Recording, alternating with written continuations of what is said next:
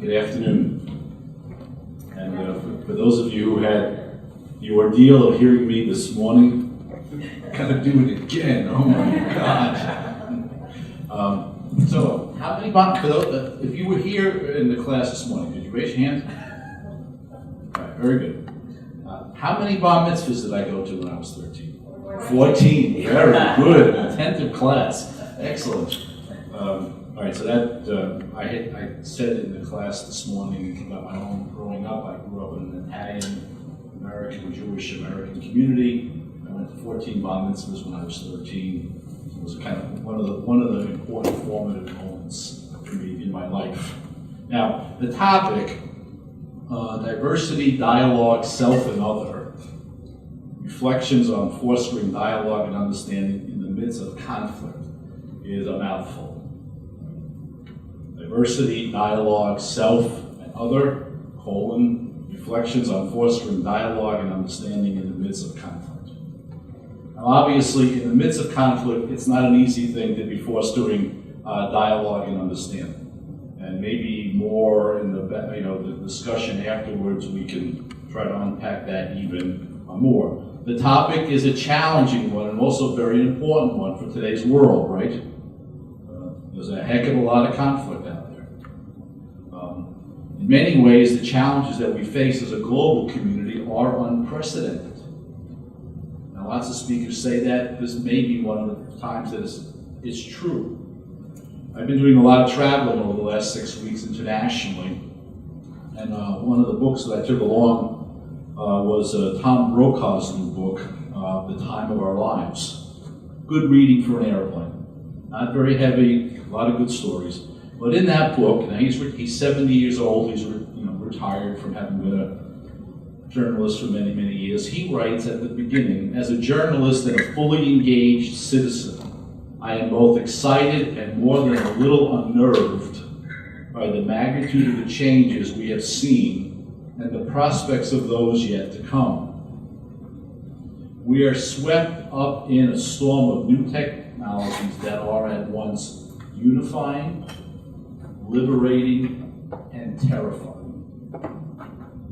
Let's give you that last sentence again. We're swept up in a storm of new technologies that are at once, so it's not that it's, right?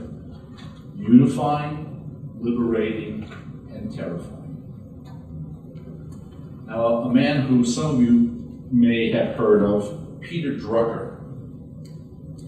Peter Drucker was a management genius and guru for a whole generation of people in the latter part of the 20th century. In his last book, Drucker said the following: every few hundred years in Western history, there's a sharp transformation. We cross what is called a divide.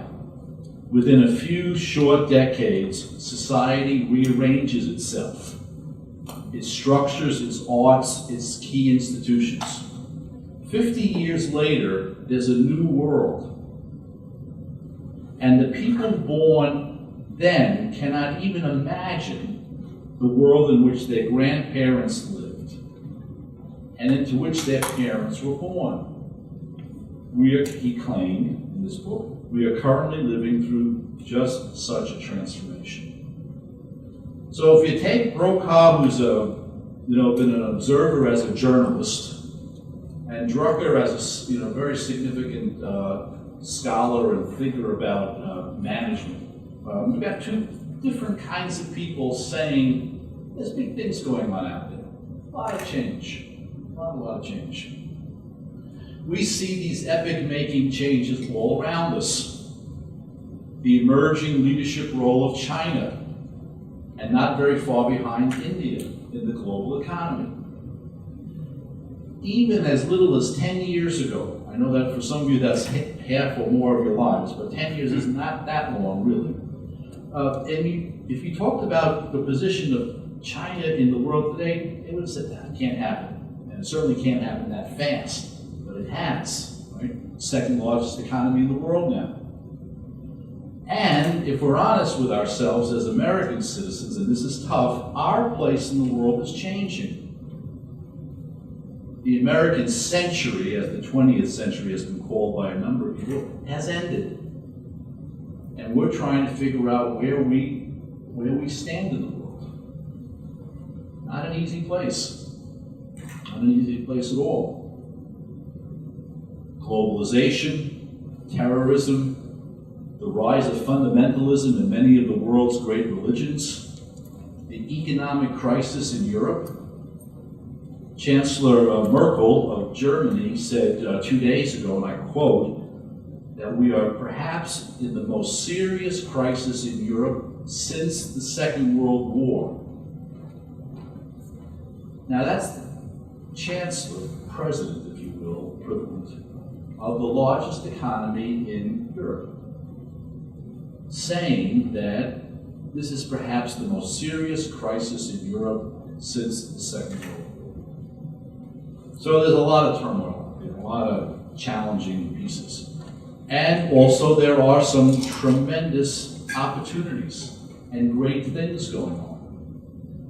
The advances in medicine, the dialogue between the great religions, the acknowledgement and work for human rights, the emergence of women in public life, the emergence of the global church. How many of you are Catholic? Okay. How many of us are there in the world? Anybody know? About 1.2 billion. Okay. You know where most of them live? In the Bronx, just off 30th. Where do they live? Wow. Right. Asia, Africa, and Latin America today account for almost 70% of the Catholic population in the world. And in 1900, just to give you a little bit of perspective on it, in 1900, 90% of the Catholics in the world lived in Europe and North America. So within 100 years, that's almost my age, we've seen this tremendous shift in the geographical center of Catholicism. And the church is still really trying to catch up with the implications and all of what that means. But it's a different reality, and it's the first time reality. Now, for those of you who might be theologians, Karl Rahner, a very significant theologian of the 20th century, and a German who spent his life working in Tanzania, Norbert Buhlmann, both coined the phrase that at the Second Vatican Council there was a meeting of the world church. And that, in fact, it was, in some sense, the first time that occurred. Very big change for the church, a very important one, ones that we're still trying to figure out. So, in that context of conflict and concern and opportunity, I want to try to use the dialogue that's been going on between Christians and Jews for the last 50 years as perhaps offering us some lessons that we can apply to identity, diversity, cultural pluralism, and peace. That's the assignment. That's the assignment. My starting point. I'll take you back to May 2nd, 2000. It's a Sunday night, and you're at St. Patrick's Cathedral on 5th Avenue and 50th Street. It is the cathedral church, which means it's the church where the bishop for the diocese resides, and in this case also is buried.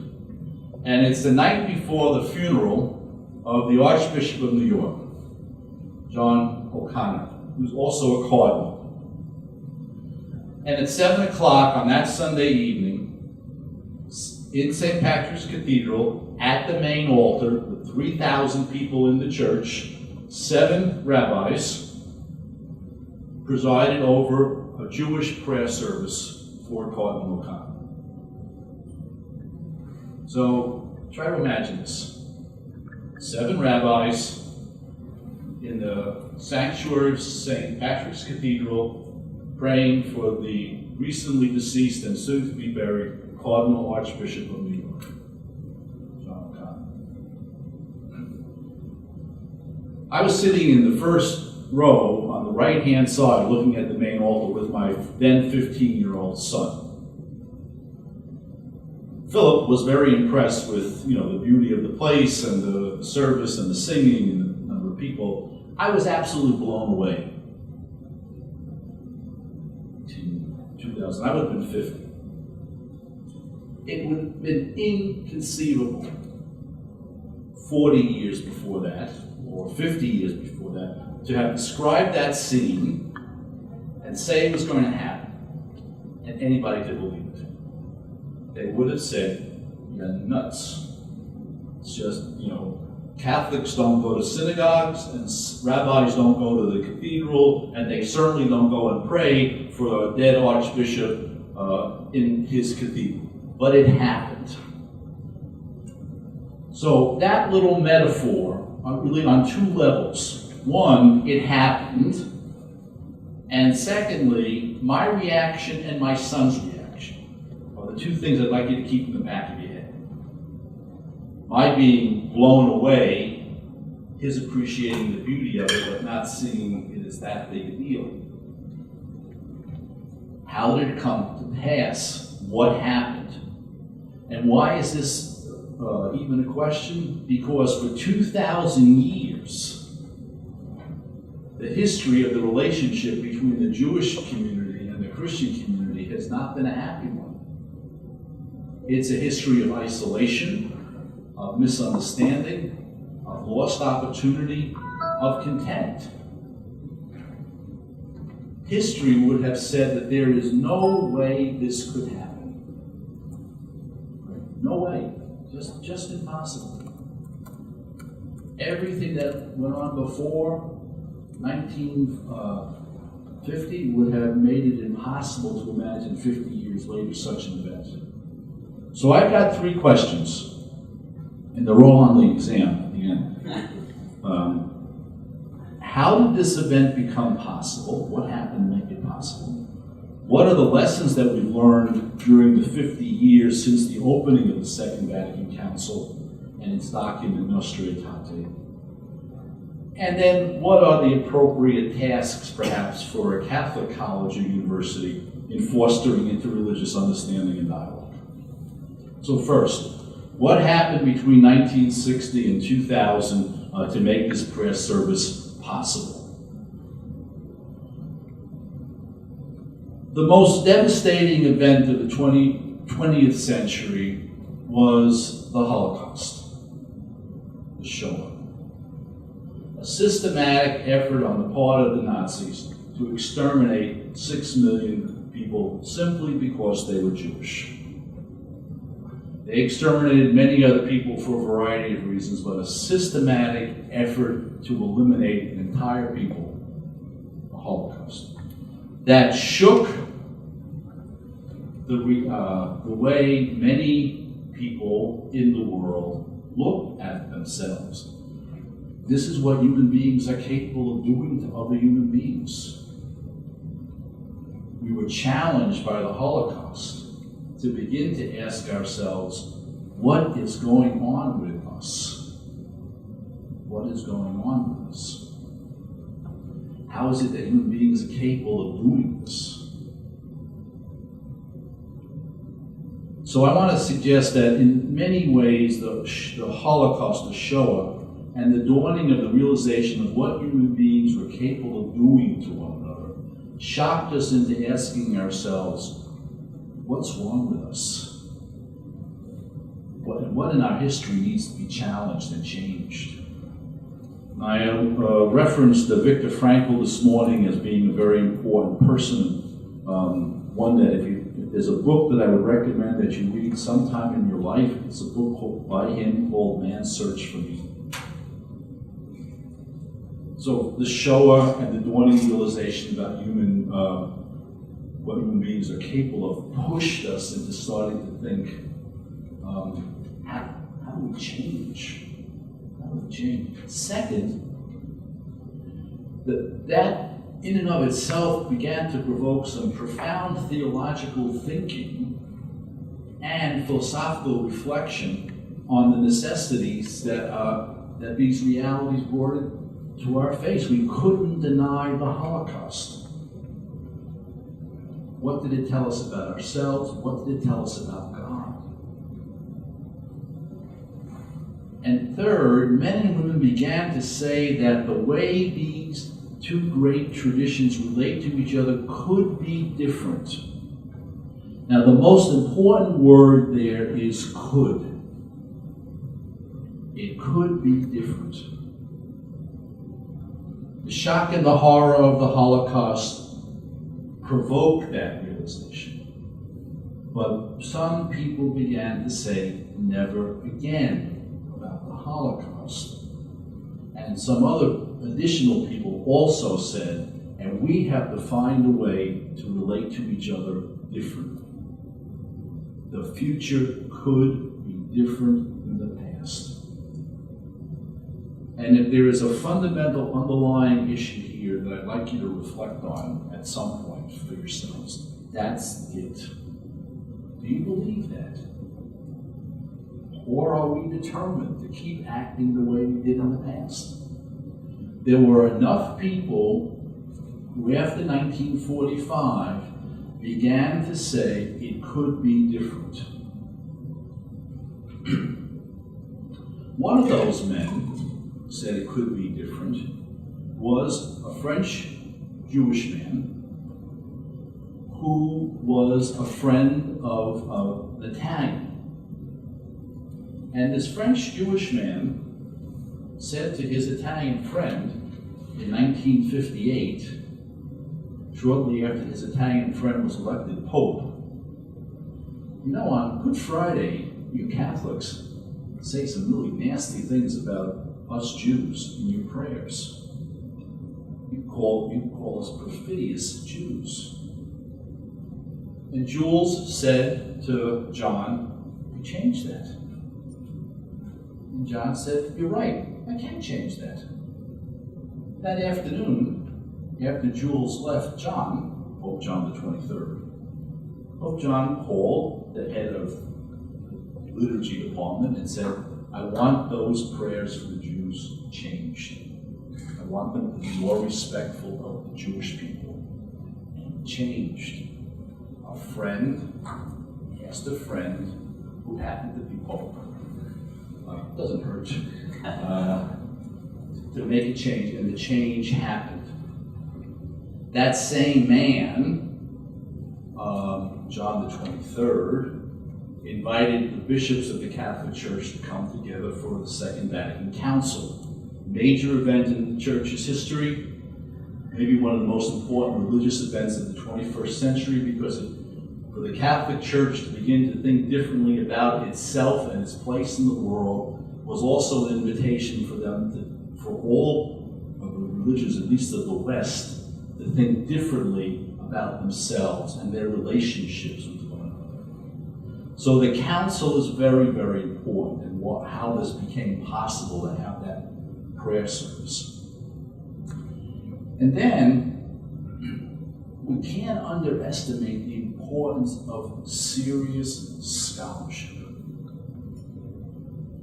The Holocaust, the events following it, challenge scholars, and the one I want to focus on, biblical scholars among others, to start to ask some questions about history and to labor with the data and the materials and the references of history to ask, how do we go into the tradition to see what went wrong and how do we fix it? How can we retrieve from our tradition a different way of understanding and the possibility of relating differently? So the hard work of scholars, of women and men who are willing to spend enormously long hours poring over texts and researching and studying, made some very, very significant breakthroughs in terms of how Christians and Jews understood the history of their relationship.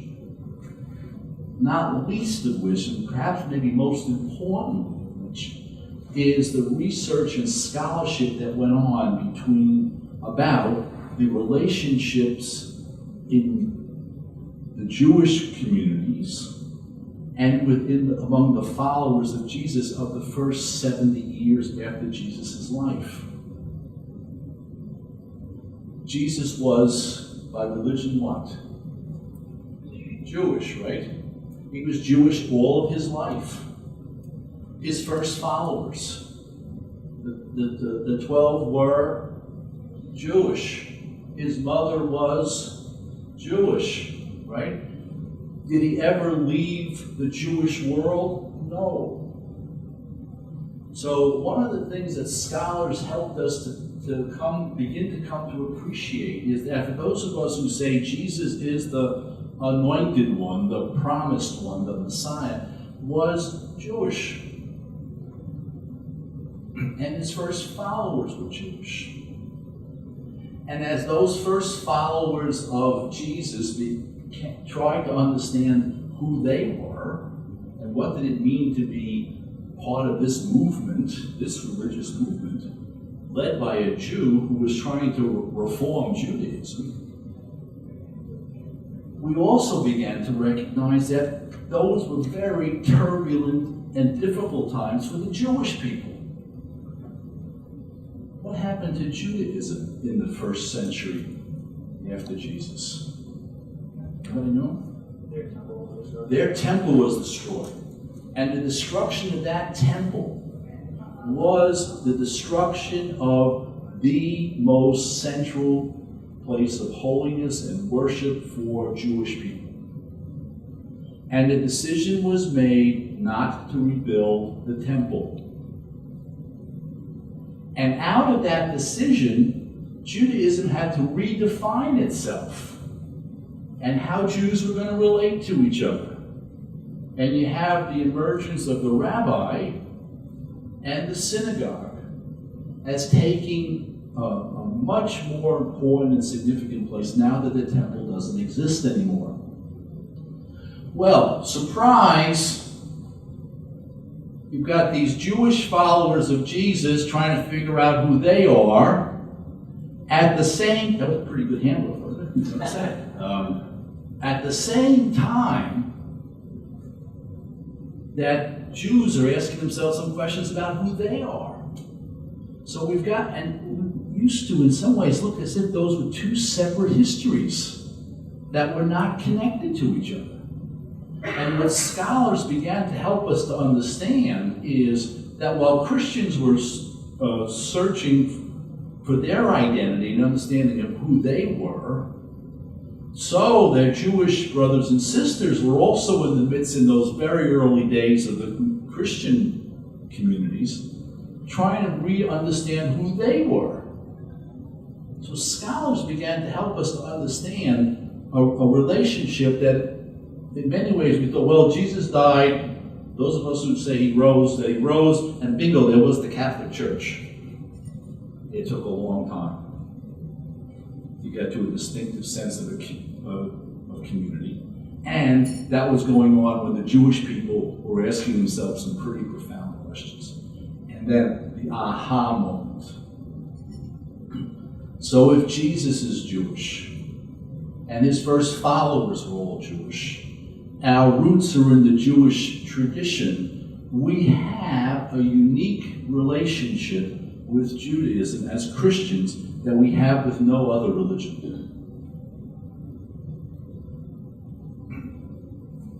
And that was a very, very significant and important breakthrough.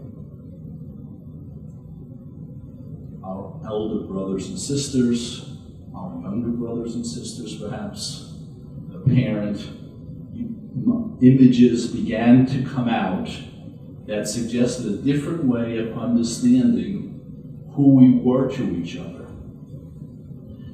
And parenthetically, there's no fight like a family fight, right? When you fight with people who you're not particularly close to, you have to fight, it's over and done with. When you fight with your mother or your father, or you fight with your brothers or sisters, it's a deeper fight.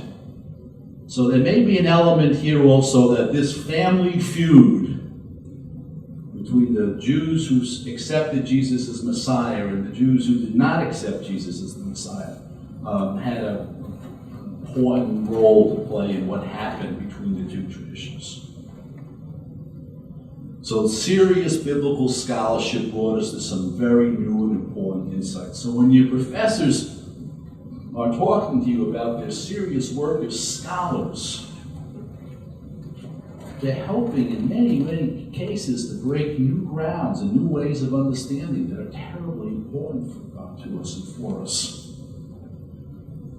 So after this council and the Nostra Aetate and the effort to foster the beginnings of conversation, it's not that it only happened at the top levels, it also began to happen in ordinary neighborhoods.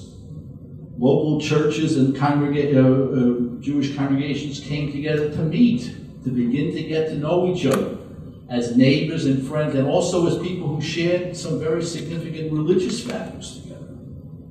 And out of that came, for me, continues to be a very, very important thing. People began to become friends. And friends trust one another.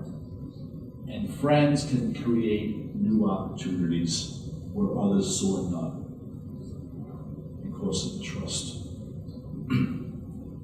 So I think in a variety of ways, those 8 different things all help to get us to a place where those 7 rabbis could pray for Cardinal O'Connor the night before he was buried in the Catholic Cathedral. So what are some of the lessons that we've learned? First, and I'm going to take some time with this one because I think it's very important. One of the most important lessons that we've learned is that Jews and Christians have a common view of the world and of history. The world is God's creation. All human beings are made in the likeness of God. And God invites all of us to participate with God in healing a broken world. 3 fundamental elements in both of our traditions. That doesn't make me Jewish or my Jewish friends Catholic, but it does open up the possibility of seeing where there's common ground and common partnership. And that's terribly, terribly important. The world is God's creation. We're all made in the image and likeness of God, and God invites us into being partners with God in healing a broken world. Christians can say that, and Jews can say that with full integrity. And being able to say that out loud, that we're partners with God in the great act of redemption, is a very, very significant breakthrough. Very significant. Mutual relationships of trust, though, also require forgiveness. Forgiveness.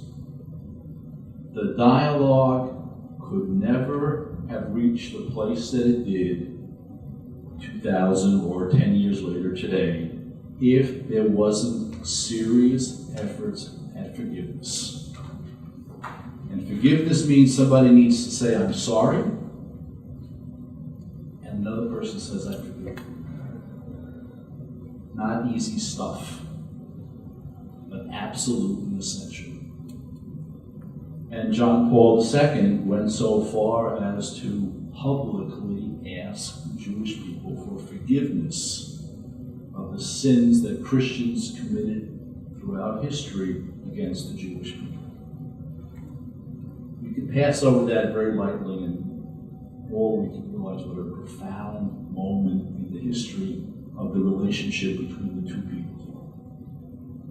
For the man who is the symbolic, and I don't use that word in a minimal sense, but who symbolizes the whole Catholic community around the world, say, on behalf of what Christians have done in history against the Jews, I ask forgiveness. Extraordinary. Absolutely extraordinary. And laid the possibility of us going forward. The willingness to imagine a different kind of future. I know this is the third time I said it, but I really can't say it enough. On a personal level of interpersonal relationships, and just move up the ladder, if we say we can't change, we won't change. I'm never going to be her friend again. After that fight, forget it. It's over and done with. What's the chances of that relationship being healed? About 0, right? She did a terrible thing. I'm going to go and find a way to make peace with her. Because I think the relationship is too important to lose. I think it's worth the try. What's the chances of that relationship being restored? At least there's a chance, right? So the willingness to believe that tomorrow can be different than yesterday is an absolutely critical lesson to be learned from all of this. So now third, what are the appropriate tasks for a Catholic college in fostering interreligious understanding and dialogue? First and foremost, it's not about making the other person take over my religion or my giving up my religion. The rabbi that I have worked closest with over 20 years in our Center for Christian Jewish Understanding, Joseph Ehrenkrantz, an Orthodox rabbi, if Joe was standing here, we'd say the same thing. I'm a better Catholic for our relationship, and he's a better Jew. The nature of the dialogue ought to bring us to a better appreciation and an expanded appreciation of who we are. It's not about reaching some kind of minimalism. It's about seeking to understand oneself more deeply and differently in the relationship. And differently in the relationship. I have to be willing to change. And here, in the end of the day, is the key thing with the word dialogue. Who do you have a dialogue with? A person, right? And in the dialogue, what do you have to be willing to do? Word starts with a C, ends in an E. Come on, you play hangman. Let's go. Change, right? You gotta be willing to change, right? Or it's not a dialogue, it's a monologue, right? But if I enter into the relationship with the understanding that we can come to a deeper understanding of the truth, right? A deeper understanding of the truth, a deeper understanding of who I am, that's a dialogue. So what makes a dialogue is the willingness to be humble. Right? Humility is absolutely essential. So I want to give you a word to take with you. And the word is perhaps. Imagine in these hallowed halls of academia, if every once in a while we would say, perhaps the way we should go is this way. Or perhaps this is the way to understand history. And not with this kind of absolutism that doesn't allow for the possibility of deeper insight. So perhaps is critical for creating a culture of dialogue and understanding. Perhaps. And the other word is thoughtfulness. What does the word thoughtfulness mean? Michael is a very thoughtful person. No one in the room believes that, but we just said it to be, If I said about him that he was thoughtful, what are the possible meanings of that word?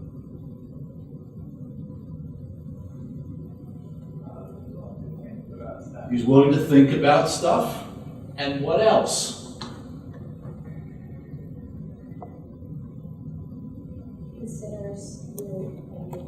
Considers, all right, that's still kind of the thoughtful piece, right? The thoughtful person's going to be reflective, ponder things. They're caring, they're kind, right? They do acts of generosity. So maybe one of the things in creating an environment where there can be dialogue and understanding in the midst of conflict are simple acts of thoughtfulness in both senses of the word.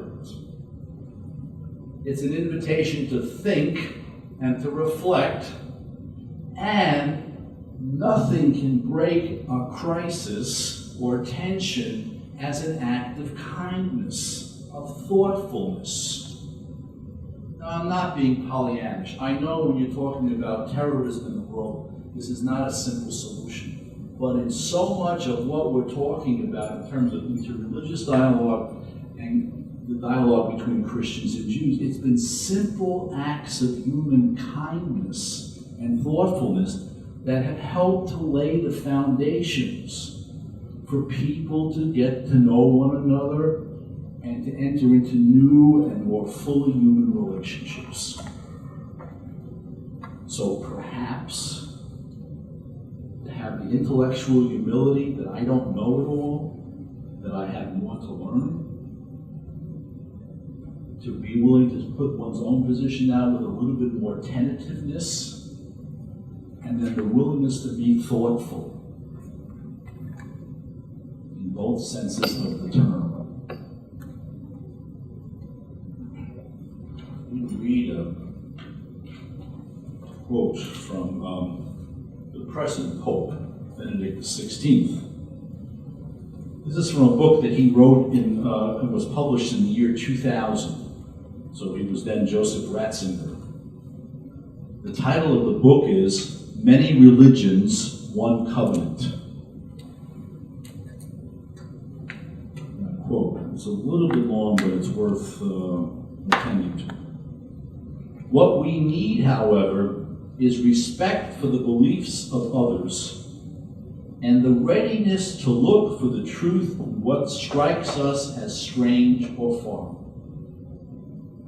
And the readiness to look for the truth in what strikes us as strange or foreign. For such truth concerns us and can correct us and lead us further along the path.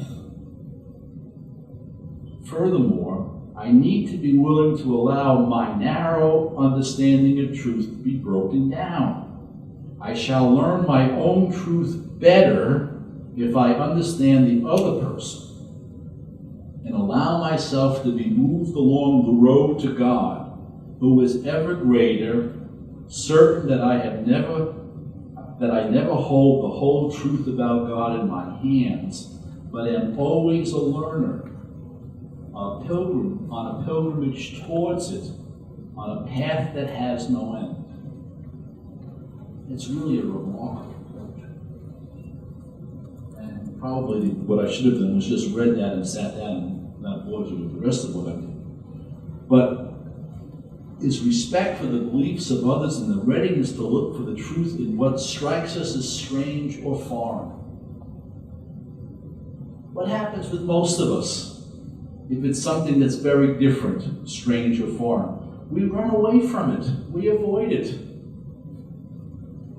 This is an invitation perhaps to do something different.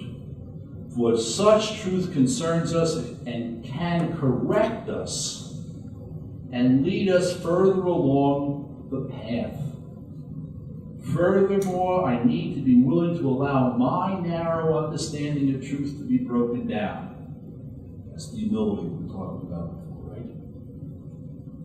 I shall learn my own truth better, Ratzinger says, if I understand the other person and allow myself to be moved along the road to God, who is ever greater.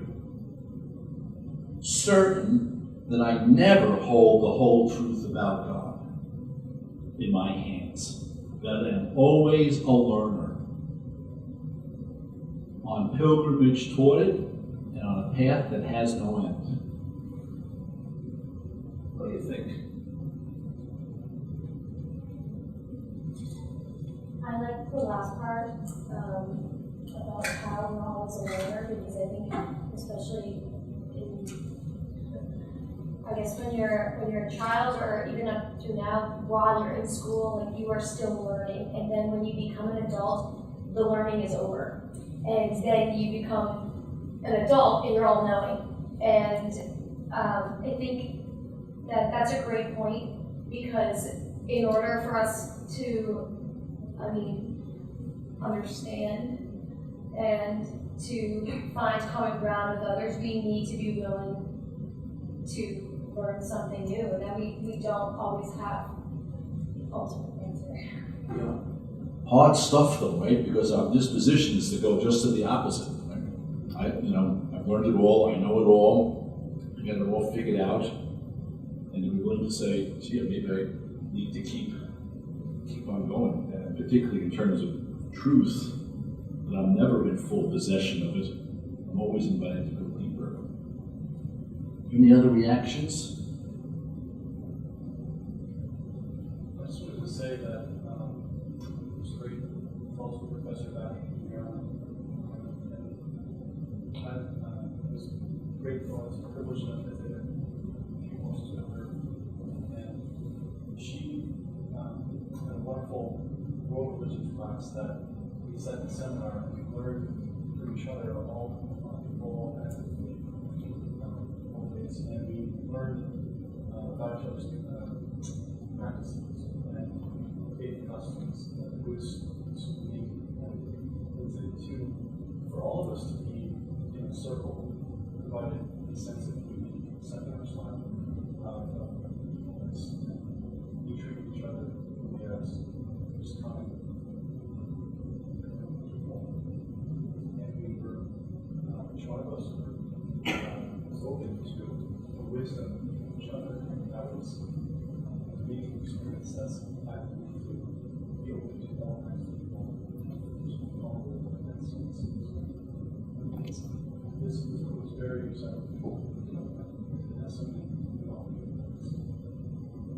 And the disposition that you just, talked about, the openness, right? The willingness to learn from others and the sharing of your own self, or parts of what contributed to that being such a wonderful experience for you, right?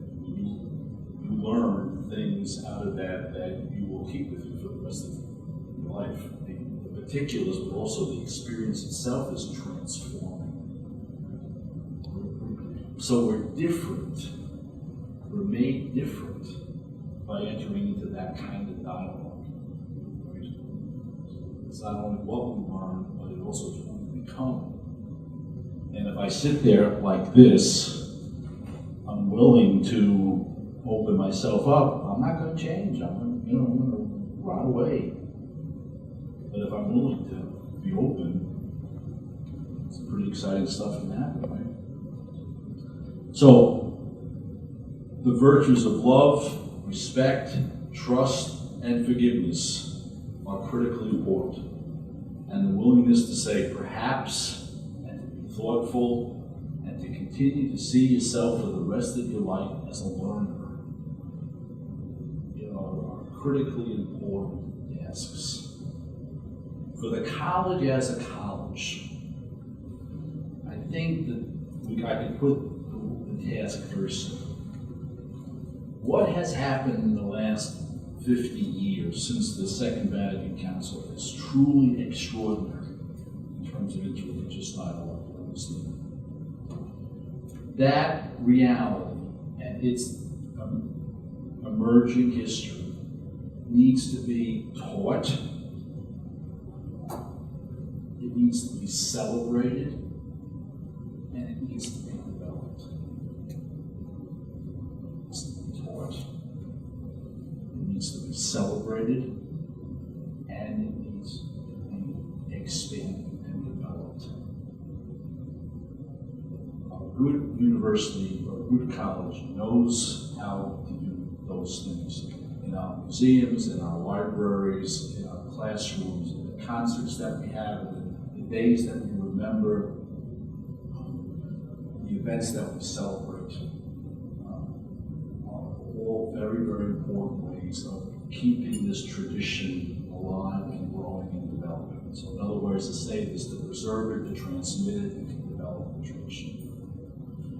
Also appreciating the history that went before the council, to help us even better understand how significant this new age of interreligious dialogue and understanding is. I want to conclude by reading a section from a remarkable book. It's by an Orthodox rabbi named Irving Greenberg. His nickname is Yitz. This is, for the sake of truth and advertising, is a very dear friend of mine. The book is called For the Sake of Heaven and Earth, the new encounter between Judaism and Christianity.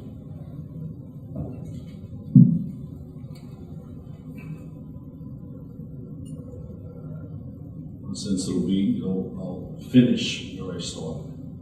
We are living through one of the great cultural transformations of all time. Simultaneously, there is a moment of extraordinary religious breakthrough. The arrival of a society so free and open that it enables us to discover, experience the image of God in other human beings. The Talmud tells us that being born in the image of God brings with it three fundamental, intrinsic, and irrevocable dignities: infinite value, equality, and uniqueness. Infinite value, equality, and uniqueness. One might say that if we encounter the other human being as he or she really is, an image of God, then I am struck by his or her infinite value, equality, and uniqueness. This evokes awe, respect, and love from me. Then my treatment of other persons changes. If I experience this person's equality, then I cannot enslave him or her. I cannot abandon a human being in poverty or hunger if I experience that person's infinite value. Then, much of religion's task is to first identify and teach that the other human being is the image of God. Religions must work to reconstruct the world to respect the image of God. This is the meaning of the messianic vision of Judaism, in which humanity overcomes poverty, hunger, oppression, and war. Even sickness and death ought to be defeated, for they are incompatible with the value and uniqueness of the individual person. They will be overthrown in the Messianic era, the goal of the Jewish and Christian covenants. Not a bad way to end. Thank you very much.